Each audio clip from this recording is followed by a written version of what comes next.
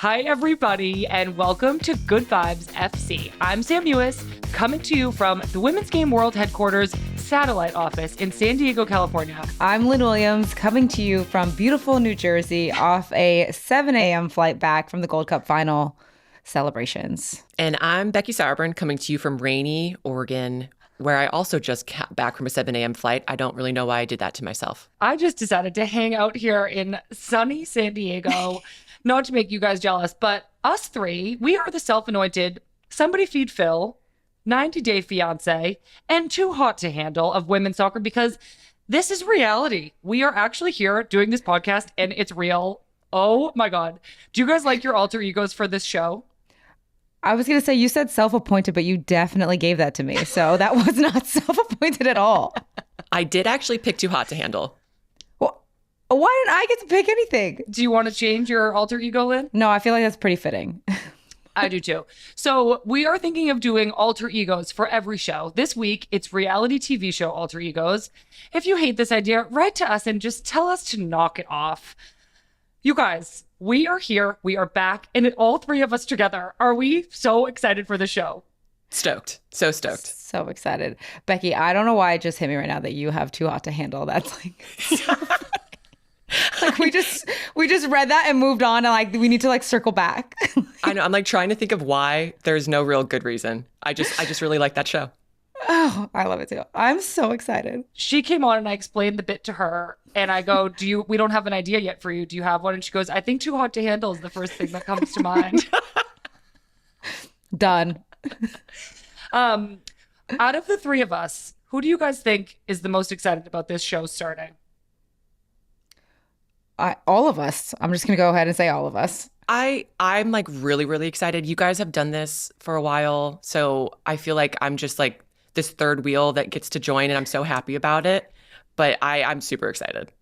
We're going from a bicycle to a tricycle. I personally think that I am the most excited because I miss my friends so much. I no longer get to see you guys. So I think it's me. I'm gonna claim myself the winner of Most Excited Award. Okay, we'll let you have that, but I think we are all excited. Well, we actually all just saw each other last night. After the game, I came over to your hotel. It was so much fun to see everybody. I got to hang out a little bit with Rose and Sonnet as well. Lynn, I saw all your family was there. We sat around the fire at the team hotel. How was it having your family and Marley, your fiance, there at the game? It was awesome. I was so happy to be having like a couple of drinks with everybody around a fire, having food, seeing you, having Marley there he obviously, now he's in the US, but before he's been in Australia. So I feel like big moments he hasn't been able to be there for. And so for him to be there for this one was just really special. Oh, I freaking love that guy. Becky, we saw your partner too, Zola. I gave him a big old hug. Oh, yeah. You know, Zola's almost at every single game that I have. So it was a big moment that Marley and Zola got to meet because we're thinking that they're going to be best friends.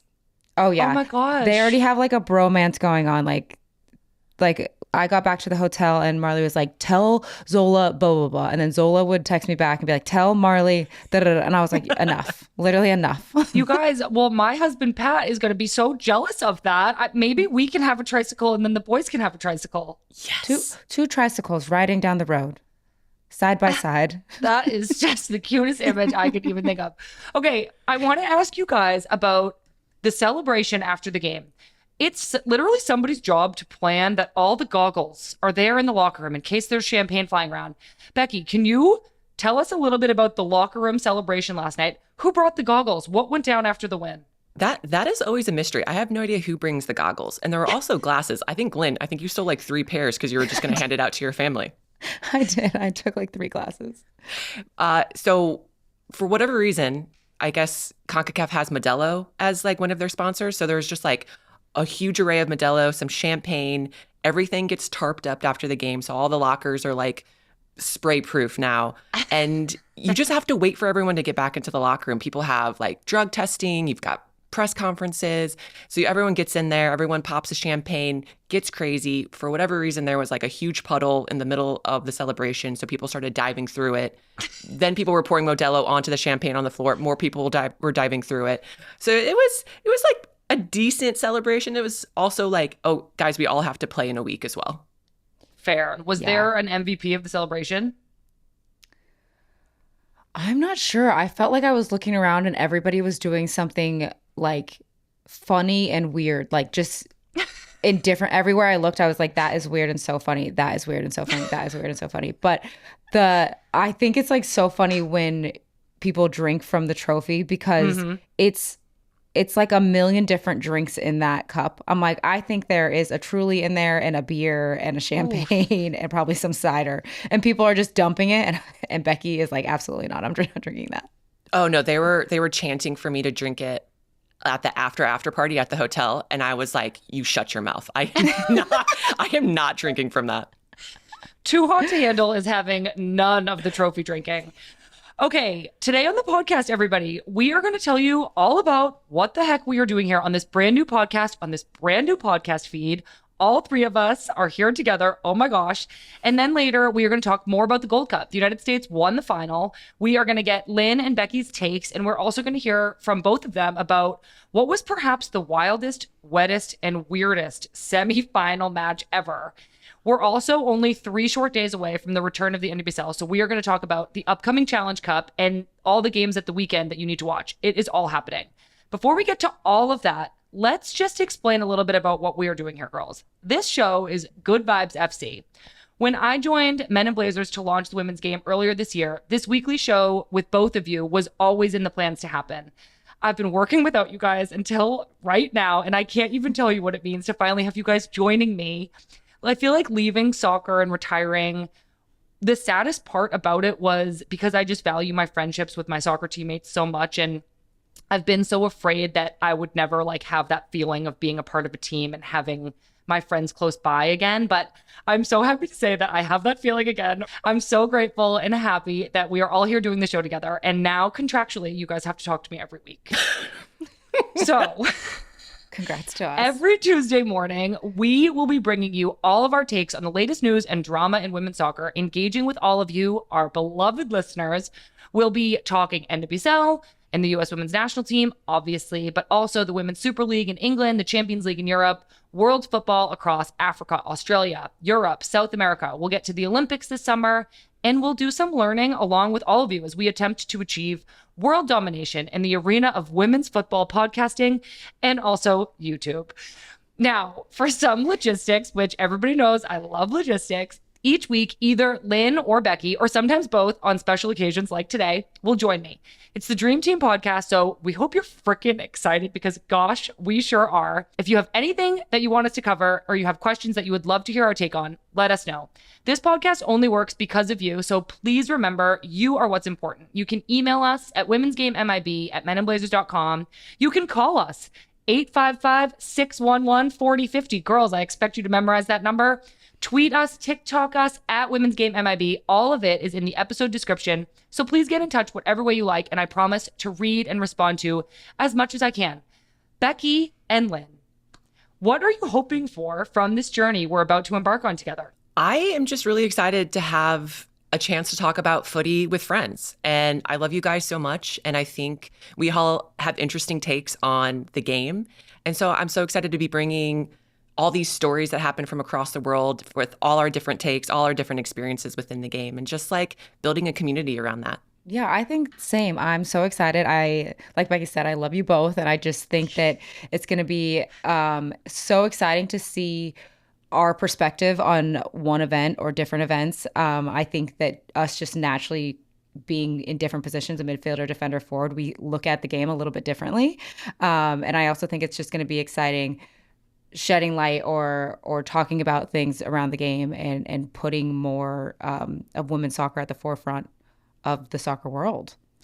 Yeah, I completely agree with both of you. I think that like there are voices out there covering the game, but I can't think of 2 better people than you guys to continue like contributing to that coverage and contributing to the way people are thinking about the game in America and around the world. So I'm just really happy that I get to be a part of it, and I'm so excited to work with you guys. But lastly, we need to just discuss the elephant in the room. Good Vibes FC. What does this name mean? To me, it just means like you want to enjoy your workplace and you have like control over the vibes that you put out. So you can either put out good vibes or bad vibes.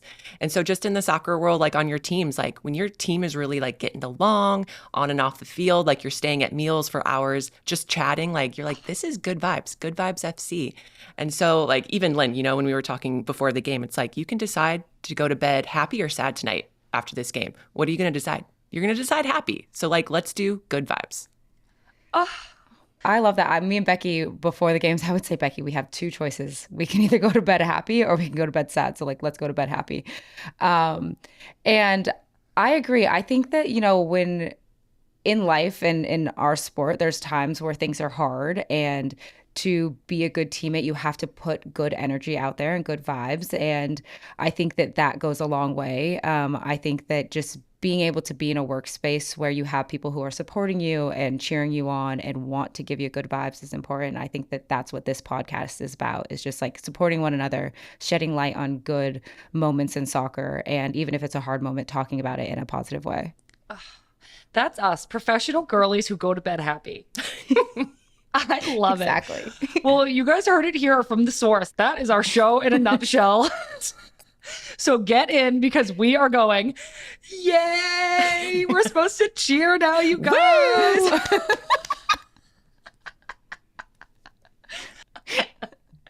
Okay, let's get into it. First things first. The first ever CONCACAF W Gold Cup finished on Sunday night at Snapdragon Stadium in San Diego, California, and the United States won 1-0 against Brazil. If you don't know what the tournament was all about, it's a new international tournament comprised of 8 qualified CONCACAF, that's Central and North American teams, as well as 4 invited South American, that's CONMEBOL teams. It's exciting to have a tournament like this. You might be familiar with the Euros, which is a very prestigious tournament that European nations have that follows a similar format. So now we have the Gold Cup every 4 years, and we have the first ever W Gold Cup champions, the USA, 2 of which are in this very room with me, virtually. So let's talk about the final. It ended USA 1, Brazil 0. After a cagey start with chances on both ends, Brazil was very much challenging us. They were playing really strong. They were creating chances. They had positive ball movement and a few shots on goal. But then one header broke the deadlock from deep right back Emily Fox, aka Emily Fox's reality TV show alter ego, you guys. Love Island. Love Island, Lynn. Do you have a reason? Nope. You just say it when you feel it. Okay, Love Island, because you just say it when you feel it. Emily Fox looped in a long cross that found the head of captain midfielder Lindsay Horan. I had an idea for Lindsay. I'm calling her Vanderpump Rules because when she's like this, she kind of scares me. Ooh. Well done. Lindsay Horan, aka Vanderpump Rules, she sent the ball into the corner of the net with that old head of hers. Lynn and Becky, you were both on the sidelines at this point. What's the feeling from the bench? Yeah, I think up until the goal, we were under some pressure, but I also felt like we had moments, and I was like, we just need one. And then Lindsay got her big old noggin on the ball, and I think that's all you need. Sometimes you just have to weather a storm, and then capitalize on a moment, and we did that. And on its face, this feels like a moment where the captain needs to step up, and she does. Is this how it felt to you guys on the sidelines? Yeah, I think that's right. I think you need some sort of like momentum killer, and nothing is better than a goal to do that. Same. I think you're right. I think that we were making hard tackles, but there was so much congestion in the middle of the field to then find that next pass was difficult. And there's nothing better to change the momentum like scoring a goal. Yeah, doesn't it kind of remind you guys of Lindsay's goal against the Netherlands in the World Cup last summer? Yeah. You guys were down a goal, and then the momentum shifted because Lindsay just scored this goal. Did it feel similar to that at all? I think it did, definitely. I mean, I wasn't at the World Cup to speak to that, but like watching it from television, I was like, oh, this is the moment that we needed. And I also think that whenever you score a goal, something just happens within the team where like everyone kind of takes a breath and it just settles a little bit. It's like a pressure that's on you kind of like alleviates. And all of a sudden you're like, okay, we're in this game.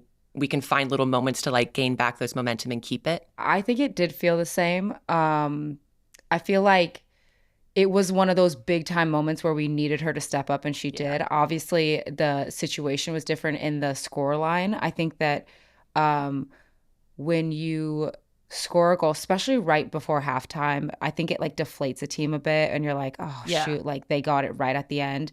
And I think for us, we knew that then Brazil's going to have to change something. They're going to have to come out and fight for a goal, whereas we can continue to play and like know that like, okay, we can be in control of this game now. Well, more about Lindsay. Lindsay, like, actually kind of got into some hot water in the media before this tournament, and she's also just newly captain. She took over last summer during the World Cup. Becky, you were captain for a long time before that. How is this transition feeling to you? Do you feel that you're taking on a different role on this team now with Lindsay taking over as captain? I think different times in your career, you're just going to have different roles. And I was not even going to be on this roster originally. So I'm coming in as an alternate for Alana, who picked up a knock right before the tournament started. So I was coming in and I was like, I'm just going to be me in whatever role that's given to me. And so I think Linz has done a good job as captain. Like you said, she got herself into a little bit of trouble. And you have those moments when you take leadership where you're going to say the wrong thing and you're going to have to make amends, whether that's with the team or with the public. And you have these struggles, but that's part of it. Like it's not an easy role to be a captain of this team. And so when you meet these obstacles and these challenges, like you just got to grow and learn from them and apply them so you don't do them again. Said like a true captain. Lynn, you subbed on at halftime and you scored a goal that was ruled offside. Boo. It was a really great finish, but I guess rules are rules. I was so stoked and screaming for you, but then it got called back. What emotions do you feel in the moment when you score, and then how devastating is it to have it get called back? Yeah, I still haven't seen it, so I don't even know how far I was off. But obviously, like personally, I'm like devastated. I'm like, oh, I really wanted to score. For the team too, I think that like it would have been a moment for us to just be able to take a breath. Obviously being up 1-0, like they score one goal and then the game is changing. So I think in that sense, I'm like, no, like I really wish that counted. But to have it taken back, I think that the group has done such a great job of just being like, okay, that didn't count. Let's just get on with it. We have to just switch our brains right now, right in this moment. And I thought the group did great. Yeah, you guys finished off the game. You won 1-0, and you did have to kind of scrap at the end to keep that lead. There was some long clearances. You were kind of padding your back line with numbers. There was an incredible Casey Kruger clearance right at the end. Casey Kruger, what's her alter ego today? The challenge. The challenge. Oh, nice. She stepped right up to the challenge exactly. when she subbed on and saved the ball off the line. I love that, Becky. That chance was really dangerous for Brazil. Casey Kruger, the challenge came up big. Becky, would you categorize this game as like an ugly win? And does that even matter? I don't know if I would classify it as an ugly win. I think it was a scrappy win. And I think when you play against a dangerous side like Brazil, being scrappy and fighting, but also doing what the game needs you to do. And so, Lynn, like you went back and you were playing outside back for a hot few minutes there and did a great job. But like sometimes that's just what you have to do. Brazil has this huge like risk reward game tactic. And so as they were upping the risk, like you just have to understand that and you have to adapt. And so we just started putting numbers back. You clear it where there's space and you waste time. And that's how you win games. Will you talk a little bit more about that risk, high reward that Brazil's game is like? Yeah, absolutely. So, we kind of were talking about this during the game plan, but they will have 5 forwards on our back line at certain times. And so you're like, okay, there's 5 people on our back line. Where's the extra space? They're playing with 3 center backs. So the extra space is like in the wide channels on the outside of the center backs. And so at the end of the game, when you're trying to waste time and clear balls, or like with Lynn's almost goal, like you challenge those outside backs, you hit balls into that space, you have people chase it down, make them make mistakes. And they did that. I think Corbin got on the end of one and got a shot late in the game as well, because they're having to do a lot of risky passes out of the back because there's only 3 of them there. Yeah. And then Lynn, Becky also mentioned that you were playing outside back at the end of the game. Can you tell us what that was like? Like Becky said, like in their natural game plan, they have 5 on the line. And then when they're trying to chase a goal, you're putting even more people onto the line. And I got the call to be a wing back, and I just said, yeah, I could be this 5th person and I can follow directions, look across the line, make sure that you're not keeping anybody on side, but also it's just like defending out in the wide. Like we do that as 7 and 11s wide forwards all the time. And so I just felt like I could do that. But I just felt like I just wanted to say, like, this game, especially towards the end, felt very NWSL-esque. And when people are trying to go for goals. And so I feel like we have been preparing for that moment for like our whole careers playing in the NWSL. I've been in so many games where people are just pumping balls in and you have to defend after like long ball after long ball after long ball. So I just felt like we were ready for that moment. That's a really interesting take, actually. So just to like sum all of this up, the W Gold Cup was a new tournament. This was the inaugural tournament. And the U.S. team was coming off the worst performance in history from the World Cup last summer. But you guys fought through the loss to Mexico in the group stage. And then you fought through Colombia. You fought through Canada. And then you beat Brazil. This is a new CONCACAF. This is not like old school CONCACAF where it's kind of a cruise to the final and then you play Canada in the final. Like this is like kind of a new era. You guys had 4 really hard games this tournament and you showed that you can win, if not ugly, but scrappy, as Becky said.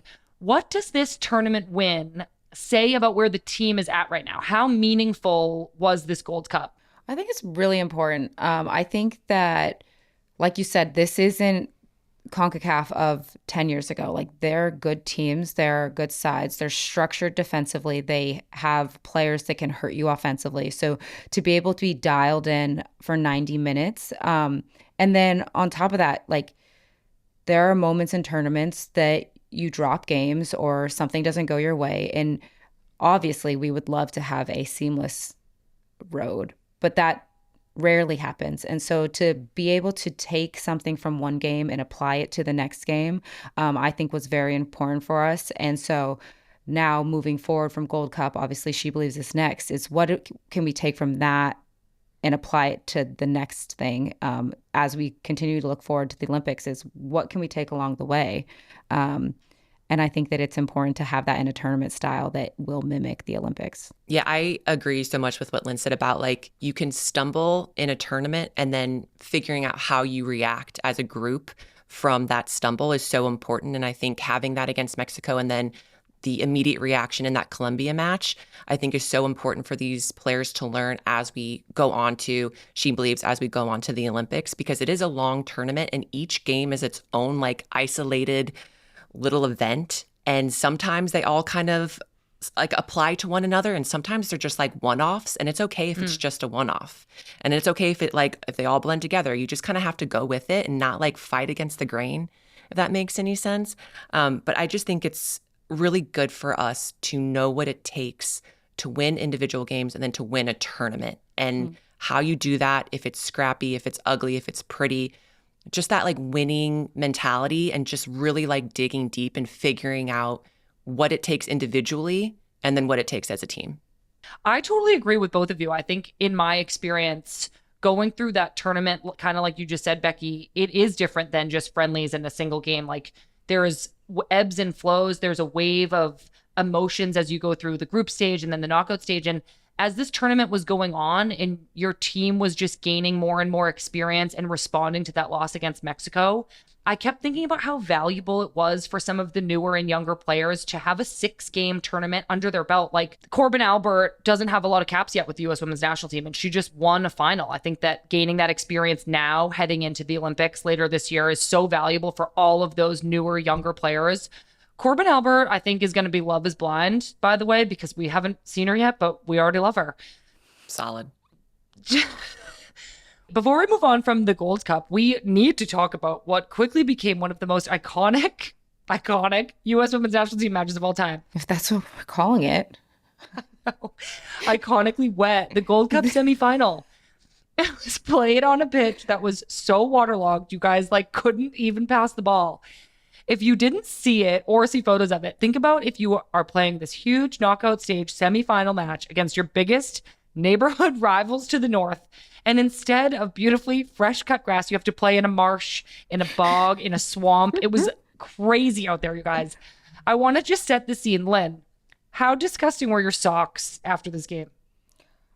Oh, it was like gross. Like, I feel bad for the equipment managers because they were probably like, we can't salvage these. Like, everybody was disgusting. Like, your shoes, the cleats, Gross. Gross, gross, gross. Did your cleats even dry out for the next game? Yeah, I feel like I was really smart. I took my cleats into the shower and just like washed them in there. And then I was like, oh, they're fine now. But Well, so you guys were telling me after the final when I was hanging out at your hotel that during warmups, the field seemed fine. And then you went into the locker room for like 15 minutes and it must have just downpoured and the field was like completely soaked. I was watching at home and I was like horrified. I kept being like, they have to call this game. It's going to get postponed. Like, I put out a tweet, which like I never do, but I was like, this can't be safe. What were you feeling in the moment watching this? Like, did you think it was a safe surface? Well, I feel kind of terrible because all I was thinking was like, wow, this is really CONCACAF-y. Like I was not thinking about player safety at all, which is very unlike me because I usually am very like, we need to make sure that the players are okay about this. And instead I was like, oh man, like this is going to be so entertaining to watch. Like we completely need to change how we're going to play this game. And it was like we had left into the locker room to change and everything, get ready for the match. We came back and we were on a different planet. Like that's what it felt like.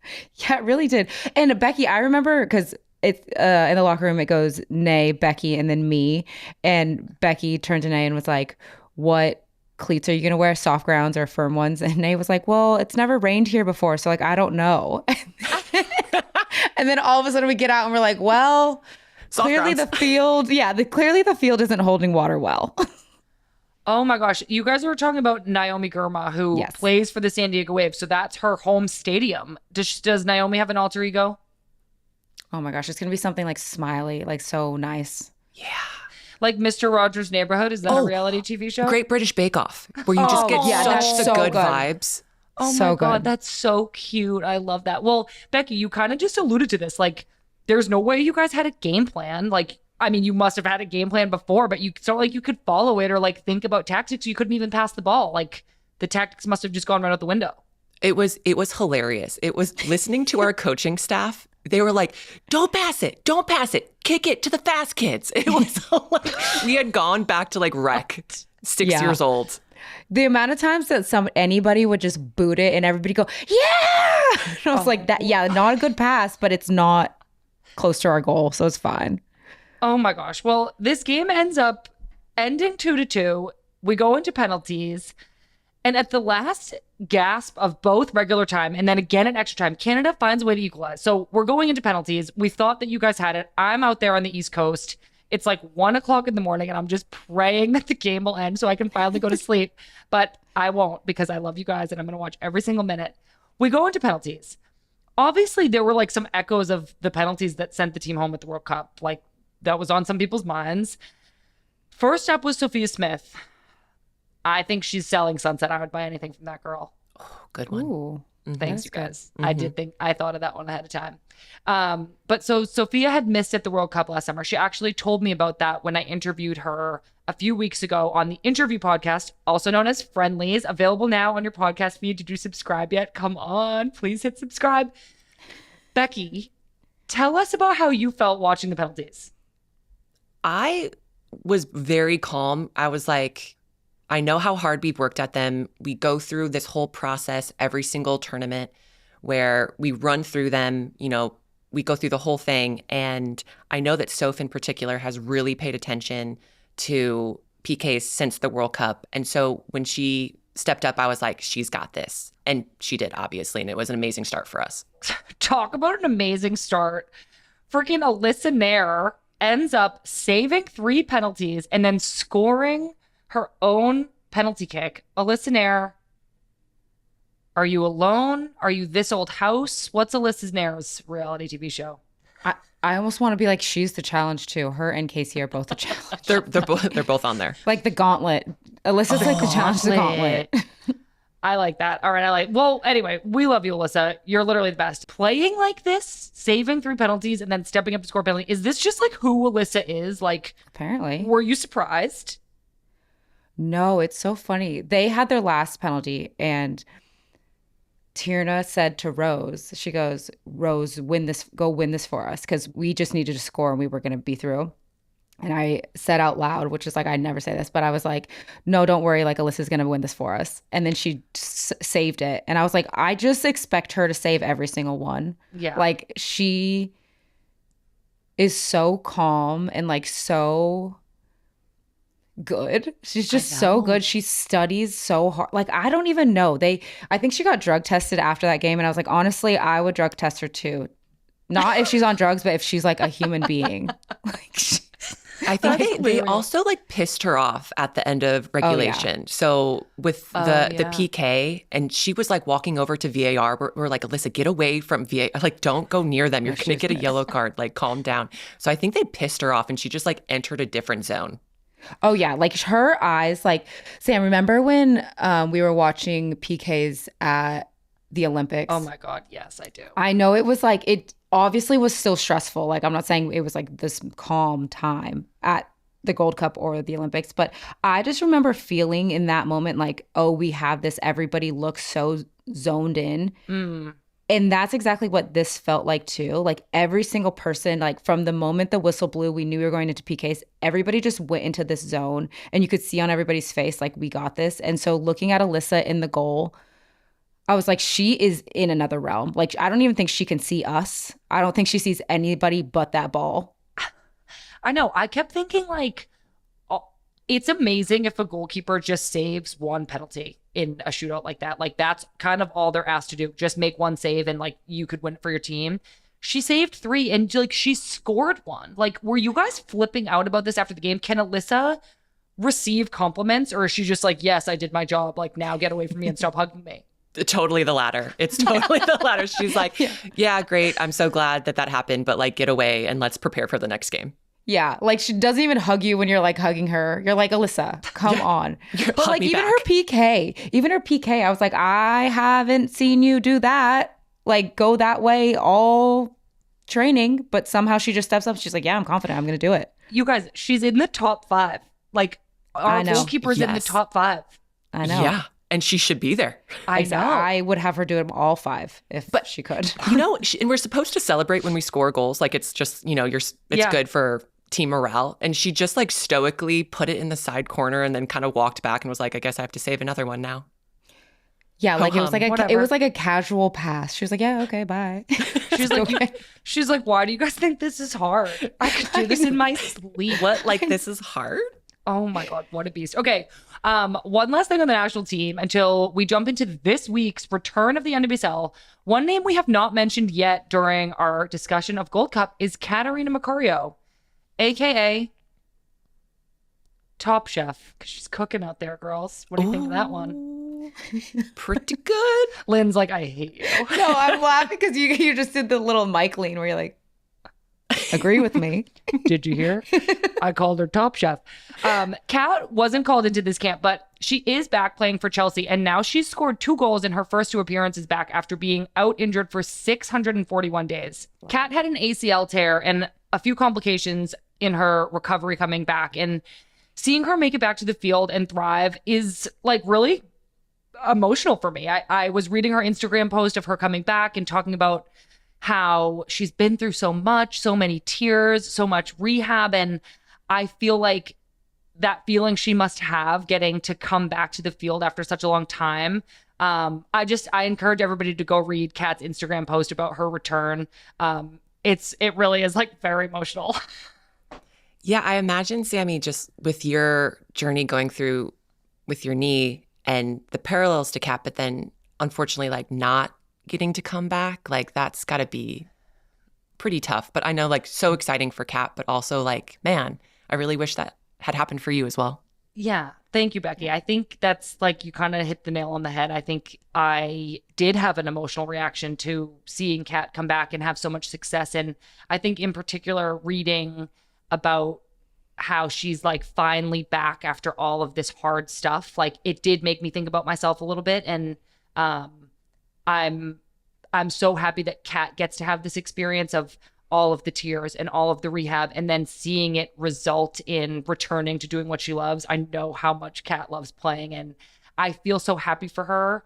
And it is sad to think that I went through something not dissimilar where I was injured for a long time with my knee, and I had a lot of tears as well and a lot of rehab, and I just kind of like never got to that happy point. So I guess my hope is like that Kat can live my dream and live it out, and I'll live through her. I am really, really happy for her. And I think that for a young player I like have chills talking about it. I think for a young player to go through something so difficult, Kat is going to have this whole new perspective on her career. And I feel like she is coming back with a vengeance. I wanted to talk a little bit about what she's like as a person. Becky, can you just explain to everybody like who Kat is? Yeah, she's just like a cool cat. Like she's very like, she's chill. She's got flair. Like she's fun to talk to. She just gets the game as well. Like when you play with her, she just knows where she needs to be and what needs to happen.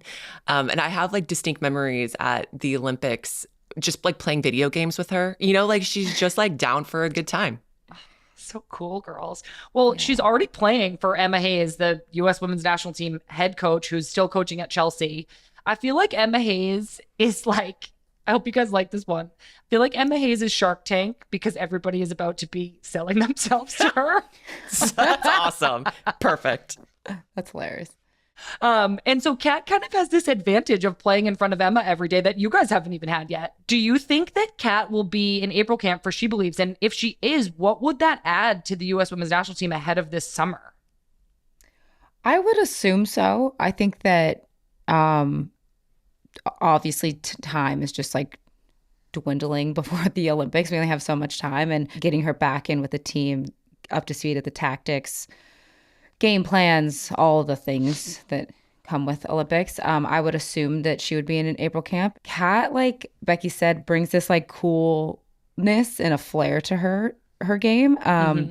She can hold the ball up with the best of them. She has an ability to, when we need to relieve pressure, to like hold it and make sure that people are coming then now to support her. And then obviously she's just a great finisher, and she can score goals from all different angles. So I think Kat will be a great addition. Coming up this weekend, we have the Challenge Cup. It's now a single game cup. It's going to take place as the ceremonious opening of the NWSL season between Gotham, who were last year's championship winners, and the San Diego Wave, who won last year's Shield. That's the regular season. Lynn, you got home, I don't know, 15 minutes ago after being away for like 5 weeks. Are you ready to win 2 trophies in 1 week? 6 weeks ago. Am I ready? Yes. Is it been an aggressive start to the season, to the year? Yes. But I'm ready. Good to know. Well, it's not just you who has had an aggressive start to the season. You have new teammates at Gotham: Rose Lavelle, Emily Sonnet, Tierna Davidson, and Crystal Dunn. I think all together, that group is like the Kardashians because they moved networks, but they still slay. Clever. Thanks, guys. As well as other Gothamers, Jenna Nicewanger and Midge Purse, who together are... Together they are... I don't know, Cash Cab. They're in New York. Is Cash Cab in New York? I love that I think it is. It's a good show. It was a good I show. hope I get to get in a cash cab. I think you win like $65. So take $65 is more than I have now.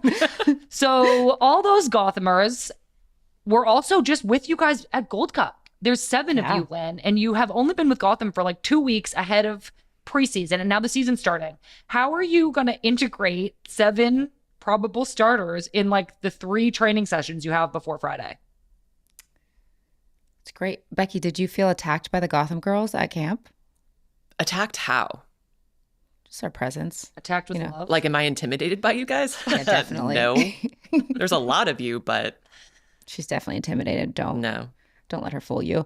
How are we going to integrate? That is, a Juan Carlos problem, not a Lynn problem. No, I think that obviously being able to play with them on the national team and coming here, it will help. I think just being able to talk to them about our tactics, continuing to let them know like what's going on. Obviously, I was here last year, so was Midge, so was Jenna. So I think we have helped in that of just answering questions. And then I think just it's a very professional group. So all the time when we go into the national team, we are asked to do different roles and learn things very quickly. And I think that will apply when we come back to club as well. Yeah, there's all this talk, Becky. I don't know if you guys over there in Portland have heard about it, but there is all this talk that Gotham is a super team. Lynn, do you have any thoughts about that? I don't know. Come watch us play this season and you guys will find out. Okay, so the rest of the NWSL kicks off with Becky's game on Saturday. That's Kansas City versus Portland. And it's at Kansas City's brand new stadium, just 2.5 hours from Becky's hometown of St. Louis. And not to mention former U.S. Women's National Team coach Vlatko Andonovski. What's Vlatko's alter ego reality TV show? I feel like Vlatko is going to be this season like out to prove himself as a coach. I'm calling him Survivor Redemption Island. I think Vlatko is a really good coach, and he's going to really want to redeem himself and demonstrate that this year with the Kansas City Current. So Vlatko is now the head coach of the Kansas City Current. And Becky, you played in Kansas City earlier in your career. It's close to home. You played under Vlatko. Is this a homecoming game for you? Like, how are you feeling about this game? It does not feel like a homecoming anymore. I think when I first started in Kansas City, my first game was on a high school turf field with so many lines you didn't know when the ball actually was out of bounds. I remember that. We then went to UMKC, so we were on a college turf field. Then we went to Swope, which was like a training stadium. So it feels like a completely different iteration of this Kansas City professional team. So like, it doesn't really feel like a homecoming anymore, and that's okay. It's been a lot of years since I played for Kansas City, but I am excited to go back just because it's close to my family. For sure. Do you have any thoughts on the Thorns in general, how you guys are going to play this year and what your role will be? Yeah, I'm stoked for the Thorns. I think we've got such a strong group that has been on the team for a while. And then you've got an injection of new internationals in all these different positions. And so I think we're going to be a strong team. Like, I'm stoked for the roster. I love the way that we play. I really like our staff. So I think it's another iteration of Good Vibes FC. Oh, love that. Well, I hate to break this to you, Becky, but I am first and foremost a Gotham fan. I got too many friends on that team to not be. But I also felt like I had to mention that the rest of the NWSL that's kicking off all throughout the weekend with some more big matches, which we'll talk about next week. I am going to North Carolina to watch their home opener, and I'm getting inducted into the Ring of Honor, which is like so nice of them. I know. I'm so excited that I get to go. So I'll be cheering for Gotham all the time, but I'll also always be cheering for the North Carolina Courage because that is just so close to my heart. So everybody, we can watch Lynn in the Challenge Cup on Friday, March 15th at 8 p.m. Eastern on Amazon Prime. And then we can watch the regular season of the NWSL Kickoff with Becky and the Thorns taking on the Current Saturday, March 16th at 1 p.m. on ABC. Before we leave you, let's go to the inbox. Every week, we are going to answer your questions or your phone calls. So please write to us at womensgamemib@menandblazers.com or call us at 855-611-4050. Lynn, do you have that memorized yet? Yep. 855-611-4050. Great. Basically close my eyes. So email us, call us with questions for Lynn, Becky, and me, and we will read your emails and try to answer them on the show. We had Stephen Himes actually call in from Kansas City to ask. Sorry, I was going to read it. So he says, this is Steve from Kansas City and a Kansas City Current season ticket holder. And I wanted to know what your thoughts are on the Kansas City Current opening the first stadium dedicated to women's professional sports. Is there going to be potentially some sort of competitive advantage that the Current might have on the rest of the league? I thought that was such an interesting question. What do you guys think?